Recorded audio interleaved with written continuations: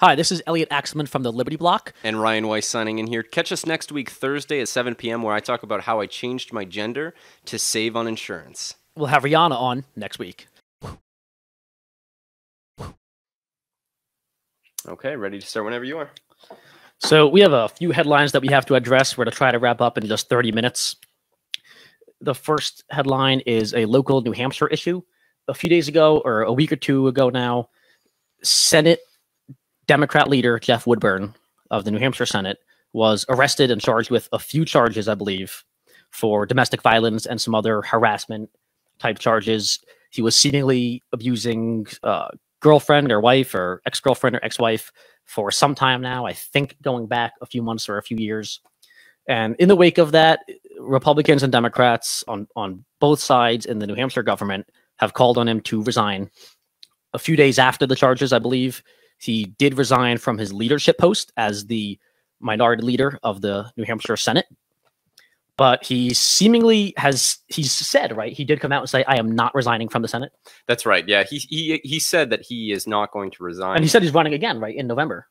Wow, if he's running for re-election, I think so, yeah. Something. I can't believe that he would do that. But it's very interesting because 8 out of 9 Democratic senators called on him to resign, all except for Lou D'Alessandro of Manchester. So my only question is, why would Lou D'Alessandro not call on him to resign for domestic violence? I mean, it's, you know, the charges are pretty well corroborated, and while they're just allegations, that, you know, they're pretty well founded allegations. They do seem to be, yeah. And you know, it's interesting that he wouldn't resign because there have been studies done that show that political power can be as addicting as cocaine. So as addicting as cocaine, and if you've ever known someone who does cocaine, that stuff will hook you. And so, you know, it's interesting because I don't feel like this is a partisan issue. I really feel like this is a political issue. And so it seems that people who enjoy being in political power, you know, quite often they'll have a public persona, but in reality, they'll have a private facade. So, you know, you look at someone like the Clintons, or you look at someone like the New York Attorney General. What was his name? It was Eric Schneiderman. Eric Schneiderman, you know, it was discovered that he was open hand slapping his girlfriends. He was doing very perverse things sexually to them, and, you know, quite gruesome things. And he was one of the people, I think he was very, very vocal about women's rights and about abuse of women. Schneiderman was one of the very vocal ones. I think when Trump was running in 2016, Schneiderman was very vocal about how Trump's so perverted and disgusting because Trump, well, he is pretty perverted. Trump said some horrible things about grabbing women, of course.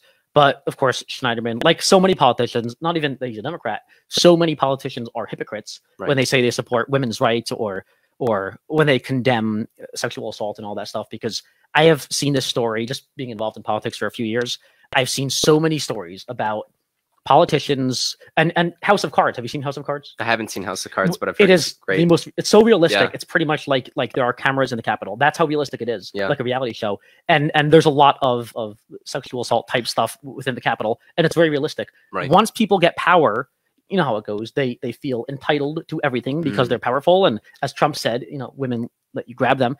And we've seen this so often, and it's so sad. Now, as far as D'Alessandro, it's interesting because he's actually rated, I think, the absolute lowest according to a bunch of the pro-liberty organizations in New Hampshire. Oh, that's right. Yeah. He's rated the very lowest. Yeah. And I thought it was 0 to 100 and A through F. One of them rated him a -16. Right. And it was a shock to me because I thought it went to 0. And I think with the Liberty Alliance, he was rated as CT, which stands for constitutional threat. Yep. Yes. You know, the man loves government. That's one thing that's not in contention. Yeah. So now, you know, I just want to mention too, Carla Gericke is actually running for the Senate District 20 in District 20, where Lou D'Alessandro is currently residing.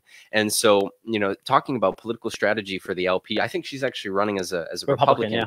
But, you know, this would be a fantastic opportunity to talk about why Lou D'Alessandro wouldn't disavow the accusations on Woodburn. Just on liberty, on fiscal issues and liberty in general, and he is, like we said with the ratings, he is a constitutional threat to the New Hampshire and U.S. Constitution. He loves government. He wants to expand the power of the state. He wants to increase your taxes, increase spending. Probably want full authoritarian communism, probably. But to credit the Democrats in New Hampshire as well, I think Molly Kelly, who's running in the primary on the Democrat side for governor, I think she did call on Jeff Woodburn to outright resign. Now, I don't know if that's more political or more pure in principle, but At least she did, and a few other Democrats, like you said, in the Senate. And a bunch of Democrats have called on him to resign. Of course, Sununu's called on Woodburn to resign. But I think he said he's either staying or I'm not going anywhere or I'm running again. Right. So will he be beaten in, I think it's a pretty, isn't it North Country where he's from? Or Whitefield or somewhere at least north of here? Yep, yeah, so north. I would think it's pretty conservative district. So I would think a conservative would beat him, especially with this issue. Yeah. Yeah. But another thing about Democrats, I was just reminded of a few days ago, I read an article. Someone wrote an article about this and it came across my Facebook about the New Hampshire Democrat dinner. I think like their annual dinner at the Democrat Party is called the Clinton Kennedy Award. And I've written about Dan Feltus, another very, very radical, intense leftist senator. He won the Clinton Kennedy Award at one of these dinners. But they're renaming it, I think, as part of some backlash from the Me Too movement, the sexual assault awareness. They're renaming that Clinton Kennedy dinner and the award, I think, the Eleanor Roosevelt dinner. And of course, if you say Roosevelt to someone like us, it triggers us almost as much because Roosevelt was kind of the father of all this modern socialism in America. Right. But at least they're changing it, so that's something. Yeah, yeah. You know, it's just incredible to me that things are still named after Bill Clinton. I mean, the man abused women in the Oval Office. You know, it was a case closed. You know, you look at someone like Monica Lewinsky. You know, I don't know how Democrats can have such dissonance in their minds to support a candidate like that and to not. I mean, Hillary Clinton is still married to him. She's still kissing him, still saying that she loves him. Probably not kissing him because, you know, I don't that much evil in one concentrated place would cause a black hole that the world would collapse into. But you know, it's crazy that Democrats can still support this. It makes me think of the New York Attorney General, and you know, it's now something like this: the Senate Minority Leader who's actually getting arrested on domestic violence charges. I mean, let's not forget Anthony Weiner, who they stuck up for. Yeah, Weiner, another in New York. Yeah, and is he in jail? I don't know. I think he might be actually. Where that's holding. But it is rare. It is rare for these politicians. That's why I'm so surprised. And I'm asking him. It's so rare for politicians to go to jail. I don't know if you remember, but there was a relatively famous person, I don't remember whom, who said she would be happy to perform an oral sexual act on Bill Clinton as long as he keeps. I thought this was a family show. As long as he keeps abortion legal. Really? So the ends. You know who it was? You know, Google it. The ends justifying the means. Someone Google it and comment it, please. Strong. That's when it comes to the Democrats. Very sick. And there goes the family show. But speaking of disgusting and New York and a black hole of evil tyranny, we have a few issues about New York that I do want to address. And again, I left New York. I was in New York City for 10 years, and I left to come to the Free Estate, and it was very much on purpose. But New York is taking over the economy one step at a time, more and more so every day. This is what Cuomo and de Blasio and the New York City and New York State governments do. They wake up in the morning and they ask themselves, how can we take over more control of the whole society in New York? Taking over control of another part of the economy step by step is a big part of taking over society and eventually controlling everyone. And ultimately, the definition of communism is an economy run by the government, right? So a few issues. And I've been talking about this for a while. Actually, back when we were in WGCH studio in Connecticut, I think I spoke about the war against Uber and Lyft, the ride-sharing companies that Cuomo was waging. Governor Cuomo of New York was battling to get these ride-sharing companies out of New York. Now, if you ask me, from an outsider who barely knows the politics of the taxi unions or whatever the TLC is, I would think it is to protect the mobsters. I mean, the union people who are his friends, because Uber and Lyft, again, the modern technology is, I would think, taking away business from the taxis, and the taxi business, the ride sharing, the whole business in New York is such a massive issue. As you can imagine, few people in New York have cars. So they get around by subway, by buses, and by a lot of taxis and ride shares. I just saw in looking up the numbers that Uber and Lyft, the ride sharing vehicles, there are 80,000 of them in New York. And there are probably more cabs, I would assume. So maybe tens or maybe hundreds of thousands of cabs. No? You think there are less cabs? I don't know how many taxis there are. Yeah, I saw something today. There's far fewer taxis than there are Uber and Lyft. And by the way, this is parallel to what they're doing to destroy Airbnb. Yeah, and I spoke about that too. About protect crony capitalism, protect our friends with power who are giving us lots of money, and do what we can to keep any kind of free private enterprise out of our city. No, I was actually mistaken, I think. So it's a good thing we caught this now. Cuomo is waging a war against the ride sharing, but I think this latest development yesterday was New York City, right? I think the New York City Council and de Blasio, I believe yesterday, approved a vote that did two things. It limited or put a temporary pause on new licenses for ride sharing, so Uber and Lyft. And I have written down here the whole process. There are like 5 or 10 steps involving a lot of money, a lot of time, and fingerprints and background checks, and a lot of other classes and defensive driver exams and courses. A lot of money. Big process to be able to drive Uber and Lyft, to get a license. You have to upgrade your license to Class E so you can get a TLC license. These people, if you're in New Hampshire, you might not understand. To operate any kind of taxi or ride sharing in New York, either New York State or New York City, definitely in the city, you have to have a license that says TLC on bottom. So think commercial, CDL, something like that. It can't be a regular license, like a personal license. So to get a TLC, you have to do a whole process and pay some money and apply for it. But before you apply for it, I believe you need fingerprints. You need to do background checks and fill out paperwork and all this nonsense, giving more time and money and energy to the government. But what the New York City Council did yesterday was they voted to stop indefinitely giving out licenses for Uber and Lyft for the ride sharing. For 1 year while they study it again. We'll stop indefinitely, and over the next year we'll study. I love the word study. A study commission. We'll form a study commission to, tell us whether Uber is hurting our friends in the cab. I mean, to see if Uber is good for the economy. Come on. I don't know what'll happen in a year. They might, give out licenses in a year, but they're stopping it, I said, indefinitely. And they said for a year until we see what's going on with it, see if we can approve it or find a way to protect our friends in the taxi cab business. And the second thing they did was, I think they made a minimum wage. They made a minimum wage that the drivers can get paid, I believe.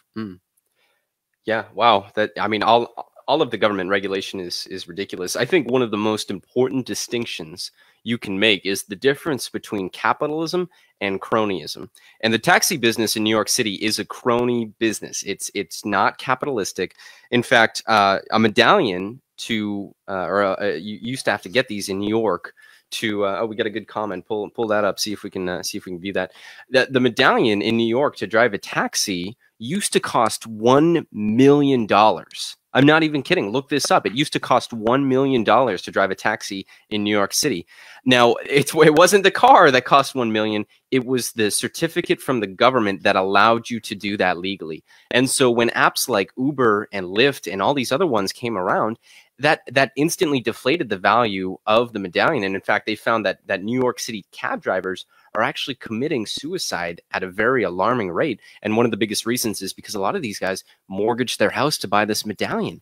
And now it went from 1 million to 500,000, and they've lost $500,000. I mean, that's crazy.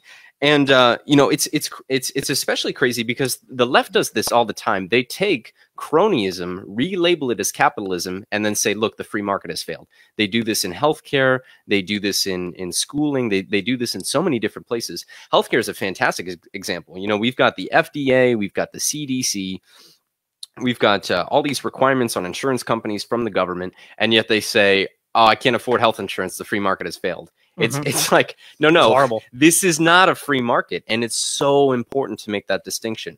It's so important. And just look, you inject a tiny bit of free market bolus into the healthcare arena in DPC and direct primary care, which I am participating now. And it is night and day. Right. It's cheaper, more efficient, better care. So can you explain what direct primary care is? Yeah, for sure. We should do a whole hour-long show on healthcare. I think we will. Yeah, absolutely. By the way, Scott Lancaster, who he lives in New Hampshire, and I don't know why he knows, but he knows apparently 14,000 medallions in New York City, so 14,000 taxi cabs, I suppose. So thank you, Scott. Oh, so there are 14,000. Yeah, 14,000 cabs and 80,000. That's why they're so angry about the Uber and Lyft. Because there are 80,000 Uber and Lyft vehicles and only 14,000 of the cabs. And they have this big union and the TLC, and I'm sure they're cronies. But anyway, about DPC, really, in short, the direct primary care model, it's gotten big, I think, over the last decade or maybe a few years or decade or two. It's essentially going back from like Z-Dog says, healthcare 1.0 and 2.0 and 3.0. 1.0 was maybe 50 years ago or so, where doctors would be very personal and know their patients and maybe make house calls and come to their homes. And you could call your doctor. You know, when people, you know, you're old enough to say, oh, call your doctor. You don't say that anymore. You can't. People say, you know how commercials say, call your doctor? That's not how healthcare works. In healthcare 2.0, which sucks, you can't call your doctor. You can call a secretary in your health system, and maybe they can put you through to that doctor's secretary and make an appointment for 7 months from now. And then when you see your doctor finally in 7 months, if you're still alive, they look at a computer and they're doing this and saying, yeah, okay, and typing on a computer and looking at you once every 10 minutes. As a soon-to-be senior citizen, I still remember going to the doctor's office and doing something that will shock you young'uns. Yeah, talking to the doctor? We paid the doctor. Yeah. After seeing him, we would write out a check, whether it was $15, $20, $25. We paid the doctor. Now, we did get a lollipop in return, which is probably illegal nowadays anyway. And yes, the doctor came with his little black bag and did house calls. By the way, I remember house calls as recently from very nice doctors as recently as 20 some years ago. But yeah, you paid directly for service. The doctor had a nurse on staff, possibly a secretary. He did not have to have 5 or 6 people in his office full time on insurance. And he actually knew what to charge. And this, so health 1.0 was that in the old days where doctors, they knew you and they were personal, and medicine was pretty simple and they worked with patients. Health 2.0, at least what ZDogg calls health 2.0. I don't know if everyone else calls it that, but healthcare 2.0 is currently what we have, which is very impersonal, where doctors have so many patients, they don't know you, and they look at the computer. And I saw a good doctor here in New Hampshire, and she was one of the nicest ones and very involved, and we spoke for a while, but still, it was her computer, and she looked at me once in a while. And that was more than most doctors look at me. Most doctors are on the computer, they check all the 1,000 boxes, and they look at you once in a while, and they weigh you, and they take your blood pressure, and that's all. So healthcare 3.0, which ZDogg talks about, which I think is essentially direct primary care, is bringing back what we had 100 years ago, but with modern technology and medical advancements, of course. And direct primary care nowadays works in such a way that you'd pay whatever the predetermined fee is, let's say $40 a month for me, and you see your doctor whenever you want, and you get hooked up with the telemedicine. So you can video chat him, but you can text or call him anytime. They will make house calls, and it's all included in the $40 per month. And whatever you agree on, depending on your plan and your doctor, you might pay either nothing or a few dollars extra per certain procedures or for certain medications that he has to give you. But it's very, very simple. And I actually spoke to my doctor for 2 hours straight in his office when I saw this direct primary care doctor, which is longer than I've probably spoken to any primary care doctor in my life combined, because it's usually about a minute. You know, it's health insurance itself is a pretty large issue, and we'll just talk about it for a little while longer. But one comment I just want to make is, when you think about the purpose of health insurance and you compare it to something like car insurance, you don't buy car insurance for tires, you don't buy car insurance for gasoline, you don't buy car insurance for windshield washer fluid. And so a lot of these basic procedures, like getting blood work done, like getting a cough checked out, like all these other things, these are not, you know, the major things. Like car insurance is there if you smash your car or hurt someone else, you're covered. And so health insurance, I think, should also be for the purpose of those major catastrophes, and not for the, you know, mundane, you know, I need some cough syrup or something like that. You know what I mean? Yeah. That's one of the reasons why it's so extremely inefficient. Tom Woods has done a fantastic podcast on that. I would check that out too. I'm gonna have to look into it. Yeah. So remember the Family Medical Leave Bill, House Bill 628 in New Hampshire, yes, that Liberty Block and a lot of other organizations helped to defeat in the Senate. Yep. Because it passed the House 3 times. Shame on you, New Hampshire House. Yeah. So the New York, one of the states, I think 5 or 6 states, I believe, have passed it. Wow. I believe New York State passed family medical leave, a similar program, I believe, in the last year. I think one of the articles might have said January. So they passed family medical leave. Now, seemingly a bill that would attach to family medical leave a 12-week bereavement is... Apparently it passed the Assembly and the Senate in New York, and it's waiting for Cuomo to sign. So I guess it was a bill that would have kind of expanded that family medical leave program to also include bereavement. Now, this bill would force the companies to not only pay for family medical leave insurance when anything as far as sickness or injury or birth in the family, this includes the death of anyone, including, I believe, extended family or grandparents, I believe. You can correct me if I'm wrong.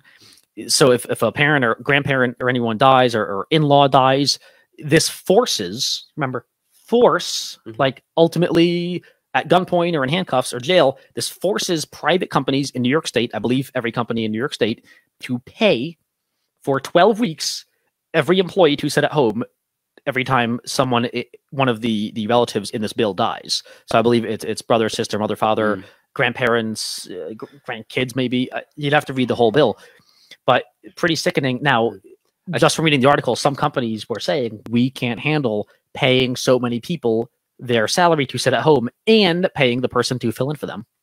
Yeah, I think it's important that people understand the violence that are behind these kinds of laws. You really put an emphasis on force. You know, first it's a fine, then if you don't pay the fine, it's a bigger fine, and then eventually they start seizing your property. Now, if anyone came up to me and said, "I'm going to steal your car," they're dead. You know, they're not stealing my car.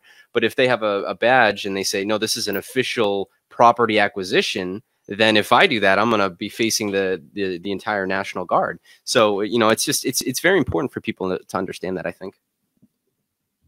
I got to do my daily plug for Atlas Shrugged for those who have read it and those who haven't read it. I've heard it's long read. Because if you go on YouTube and you can see the Reardon trial, which is like a 10-minute YouTube, and it's when he says to the government, "If you want my medal, come and get it with a gun." And they're like, "No, we would never take your stuff by force." And he goes, "But that is what you're doing. And I'm not going to hand it over to you. Show exactly what you're doing." So that's pretty much, very much the theme of all of Atlas Shrugged. And I think you're making a great point, Ryan, in saying behind it all is force. Because and I want to act it out. I wish, you know, we had a whole acting, a whole crew, a whole cast. Because imagine I'm running a company. We run Liberty Block and in New York. Imagine we were still in New York and we had 85 employees and someone's grandfather died who they might not have known. And now we have to pay them 12 weeks to sit at home and grieve. And we have to pay them their salary, or the bill might specify that it's 2/3 of the salary. I'm not sure. That's how some of these bills work, like FMLI. But we also have to pay someone to fill in for them. Now, I don't know about your industry. In my industry, when someone fills in for another person, that's overtime. Oh, super. That's time and a half. Yeah? Oh, yeah, absolutely. So we're paying that, which is either 2/3 or full wage, and another person time and a half. That's potentially 250% of our cost as far as that employee. Right. So I'm a small company. Again, I'm not making money from Liberty Block. You know, we've made no money from it. But imagine we're barely making ends meet with the company. Now we have to spend maybe thousands or hundreds of thousands of dollars. And if you have a lot of employees, a few people die. You have older employees as they're experienced in the company. A few of them have grandparents die in the same week. Now you have to pay them to sit at home. And if you're paying them, they will be out. Without this bill, they reasonably, most people, when a grandparent dies, can be back at work within a few weeks. It doesn't take 12 weeks. When my 2 of my grandparents died, I missed out a total of 0 days of work, I don't think. Or maybe when I had to fly to another state for a funeral, I missed 1 day of work. But it wasn't 12 weeks. But when you allow for it and you force companies to pay for 12 weeks, people will take the 12 weeks of paid leave because they're financially smart to, because it's paid vacation, right? So now you have half the workforce gone. So you want to talk about you want to talk about Alex Jones? I really want to get talk about Alex Jones. I mean, a few other things here. We'll see how far we get. Turning the frogs gay. well, not him. He was trying to prevent it. Yeah. So to recap, Alex Jones, how do we describe him? Oh my God. Alex Jones. Well, he's entertaining. He's red pill extraordinaire. Could we call him alt-right? I mean, if anyone's alt-right, it's him, right? Yeah, no, I wouldn't. I mean, he certainly didn't have any white supremacist tendencies or anything. I would say maybe a conspiracy. So he's a conservative until his conspiracies somewhat get proven conservative, a right-wing commentator of sorts, conservative, libertarian, whatever, alt-right, whatever it might be. He's big on conspiracies. A commentator who runs Infowars.com, and he has a YouTube, and I think his videos really do get millions regularly. Oh yeah, so he's 2.5 million subscribers on YouTube. Yeah, that's incredible. That's as many subscribers as often his videos got more views than CNN, New York Times, and MSNBC, and all those other. If you ever go to the YouTube news section, it's a dumpster fire. It's complete fake news 24/7. But oftentimes, it's funny, those videos get downvote brigades, you know, like 150 downvotes to 12 likes, and his videos would get, you know, triple the amount of. He's definitely got a base of a few, maybe 100,000 or maybe a few million people around the country, but he's certainly said some things either for entertainment value or because he is nuts, and he might be nuts. We don't know. I don't know about you. I think he might be nuts. He might not be, but he said some things that are insanely wild and some things that are pretty wild. But I think what made him pretty famous was calling the Newtown, Connecticut shooting a potential false flag, or he said it's suspicious. Sandy Hook, yeah. He a few years ago he called it suspicious, or said it's probably a red flag, or he might have said it's definitely a red flag because he saw some suspicious activity. And without sounding too crazy, because I know how they're going to warp the fake news. What I will say is this: I'm not going to doubt any of these mass shootings. I'm not going to do it. But I will say this. When legislators, like in New York, the New York SAFE Act, the reason New York State has the strictest gun laws in the country, you know when that was passed, right? I believe within days of the Sandy Hook shooting. Now, doesn't that make that look suspicious? So what I'm saying is, at the very least, the legislators in New York who wrote this bill real quick, or they had the bill ready to go. You know what I mean? It was ready, and then something happened, and then they passed the bill. I believe within a day and a half, but I could be wrong. I think it was by Tuesday afternoon it was signed into law, and it made a lot of people in New York into criminals because now their guns and even ammo is kind of illegal, or it had to be registered.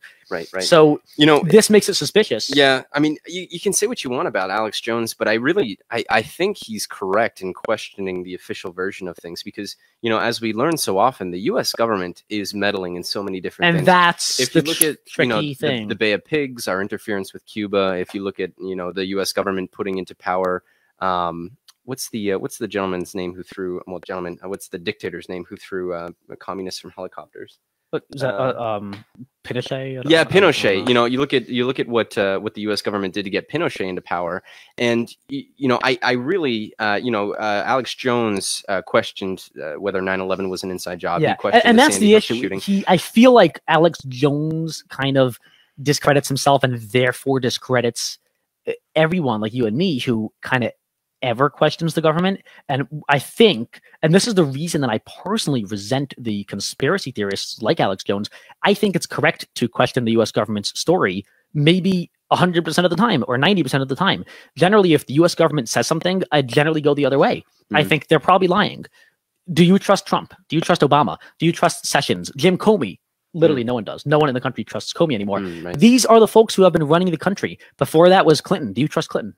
Almost no one does, not even the left. Who was before that? Do you trust these presidents since going back decades, going back hundreds of years?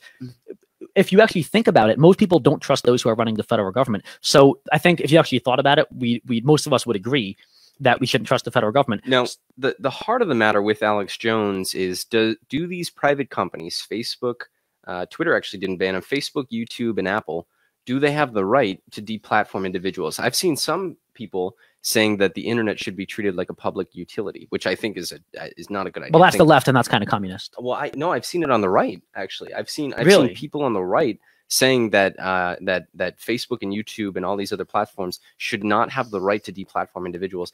Now it's tough.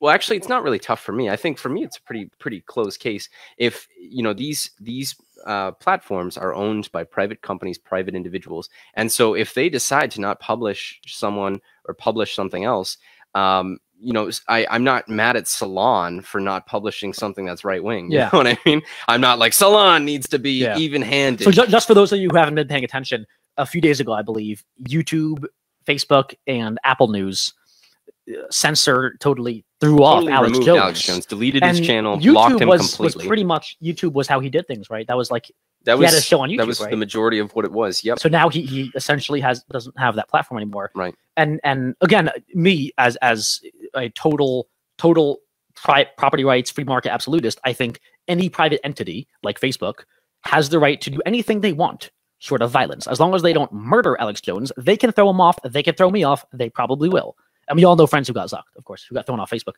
And that's fine. Right. Yeah, but there are some interesting things. Now, I'm not very familiar with this, so I won't make myself sound too stupid. I'll try not to. When Zuckerberg was in Congress a few weeks ago, right? That was over the issue of election integrity. Was that it? The spying or the security of Facebook. Or was it getting bank information? Are you talking about that charade? Or no? Zuckerberg was before Congress, and they were all grilling him about the private Russian interference. I think maybe Russian interference in elections and integrity, and his role, his responsibility to maintain integrity in elections, whatever. But there was an interesting debate that I'm not a lawyer and I'm not familiar enough with this law to understand. Maybe one of you understand it.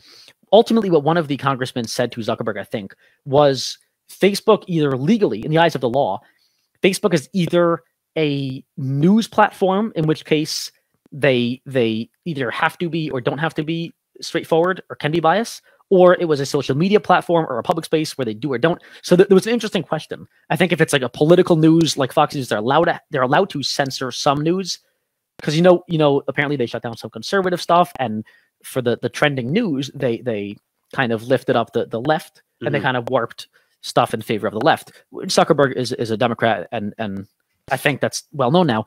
Yeah, you know, so an interesting debate what they can do legally and how they're recognized legally. I embrace and encourage this censorship, and the reason why is because it provides an excellent market for neutral platforms. You know, you see Gab popping up, you see Minds, you see BitChute and VidMe and Steemit and maybe all Reddit these more. other platforms that people are rushing into now that InfoWars is gone. I hope they continue. I hope they go further. I hope they ban Fox News. I hope they ban anyone who has anything left of Mao Zedong, or right rather of Mao Zedong. I hope they ban them because, you know, good riddance. Well, you're saying that eventually the libertarians or maybe the conservatives will separate and go on to something like a different social network like MeWe or Minds. But in a sense, I agree, and I'm all for the free market deciding everything. But don't you think, I don't know, do you think it's unfortunate that the right and the left are polarizing and separating and going to opposite sides of the room to never interact again? Because that's what I think really is happening. Essentially, I hate to say it because I think we all do get along better than the media wants us to believe, but you see at least the radicals, the left and the right, separating maybe more than before. Right. You know, it's always funny because I have a very liberal aunt, and you know, we've had conversations before, and I found it interesting because I was like, we really have the same goals. I want my children to be educated. I want to have a safe country. I want my rights to be protected. But you know, I just don't support state solutions. We have the same goals. I want the exact same thing as you. I just don't think it should be enforced. And so, you know, I always found that ironic because I was like, she would talk about some of her goals, and I would be like, yes, like equality, that sounds great, you know, but it depends. Is it equal outcomes or is it equal opportunity? You know, a great education for kids sounds great. Oh, is it funded with a gun?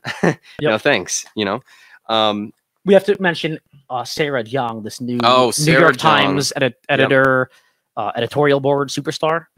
So, from what I remember correctly, Sarah Jeong is some Asian girl who's became an editor of some sort, an editorial writer for New York Times. And apparently, before she was hired, I believe, some tweets were uncovered by someone. And in these tweets, she is a disgusting, vile, perverted, horrible rapist. Horrible racist. I'm going to pull up some of her tweets. New York Times is officially a racist publication. Yeah. I mean, we spoke about them a week or two ago. We spoke about them last week for wanting to get rid of whites. They were criticizing New Hampshire for being 94% white, and now they've hired someone who just is outright racist. And she's really disgusting. And I rarely get like this angry about. It has to be real serious racism towards any race. We'll talk about Candace Owens getting banned. Yeah.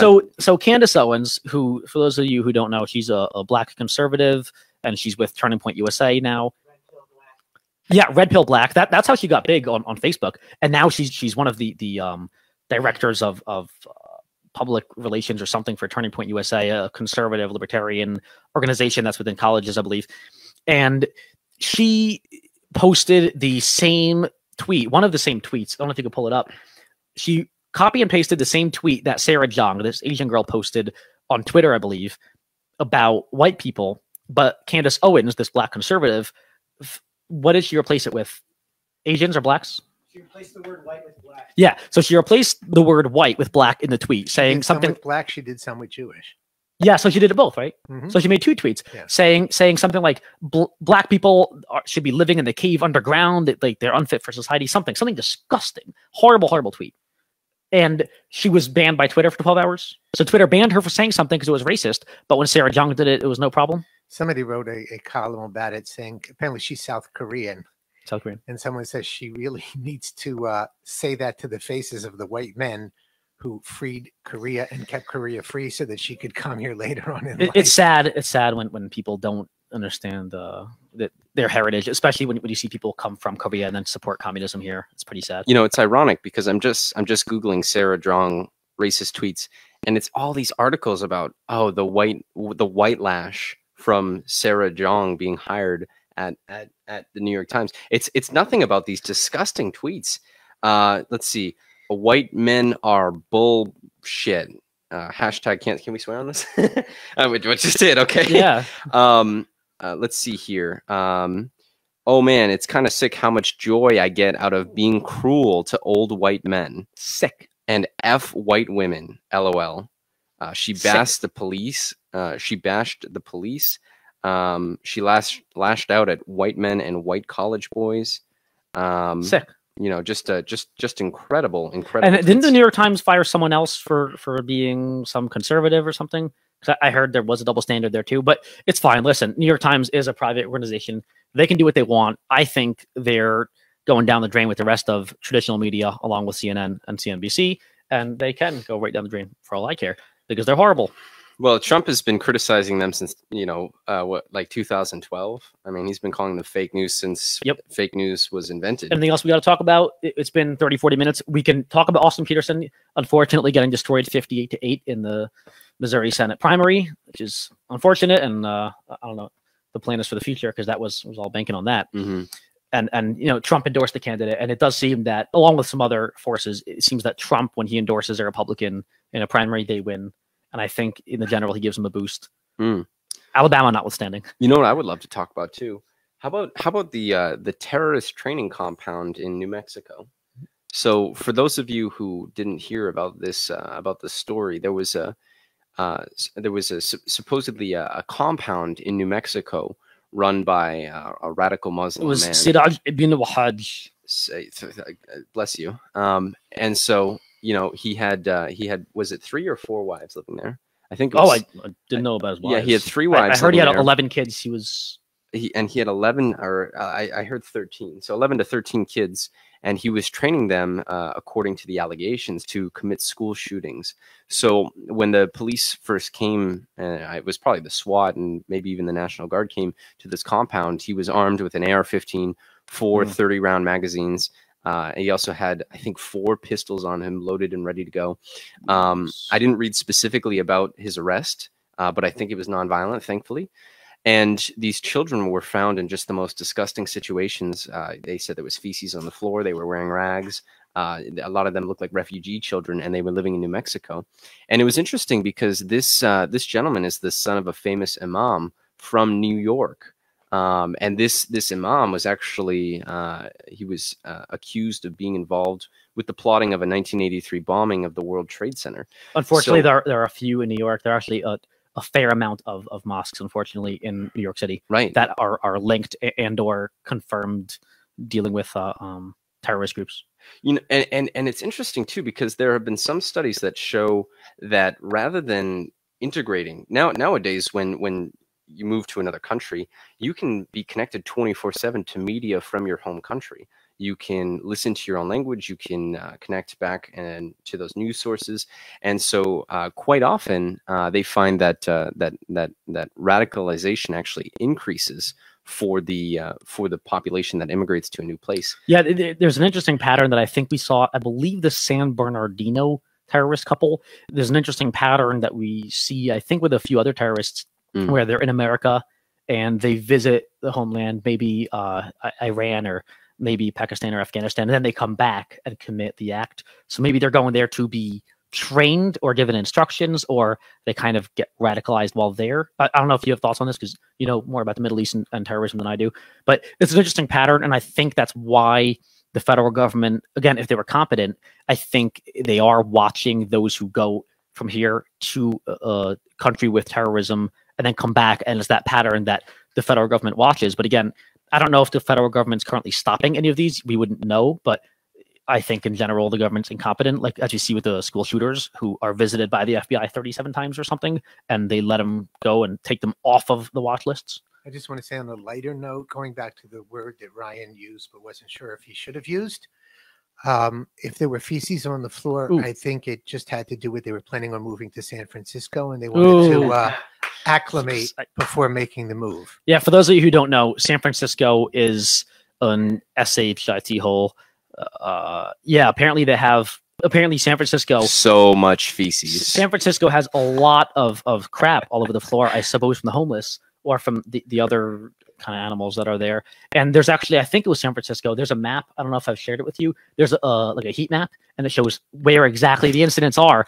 And you can kind of go in and you see the area on San Francisco where it is, and it's a literal heat map stain on the country. Like if you go to Southern California, right there, you see that stain there. It's pretty disgusting. It was funny because there was an interview with the mayor of San Francisco, and they were like, "What are you going to do to reduce the amount of feces ban straws on the ground?" Yeah, ban straws. That'll teach him. I hope there's no link, because that gets even more disgusting. And she started to imply that there would be some kind of penalty for someone defecating on the ground. And the interviewer was like, "Oh, so it's legal right now to poop on the ground?" And she was like, "Well, no, but stricter penalties." We need to do a whole show on California. Just the insanity. Yeah. No, it's crazy. They were doing a walk down in San Francisco with the mayor, and they actually, in the background, there was a guy shooting up. I'm not even kidding. You can look this up. The mayor was walking down the street, cameras were falling, and there was some guy in an alley like shooting up. It's incredible. Good thing they're handing out needles. As long as you don't use a plastic straw. I have a question. Yeah. Don't people snort cocaine through straws? There's a good meme here. I'm sure there's a meme that applies to this. Someone please post it in the comments. It's legal because it's drug use, but it's illegal because it's a straw. Yeah, exactly.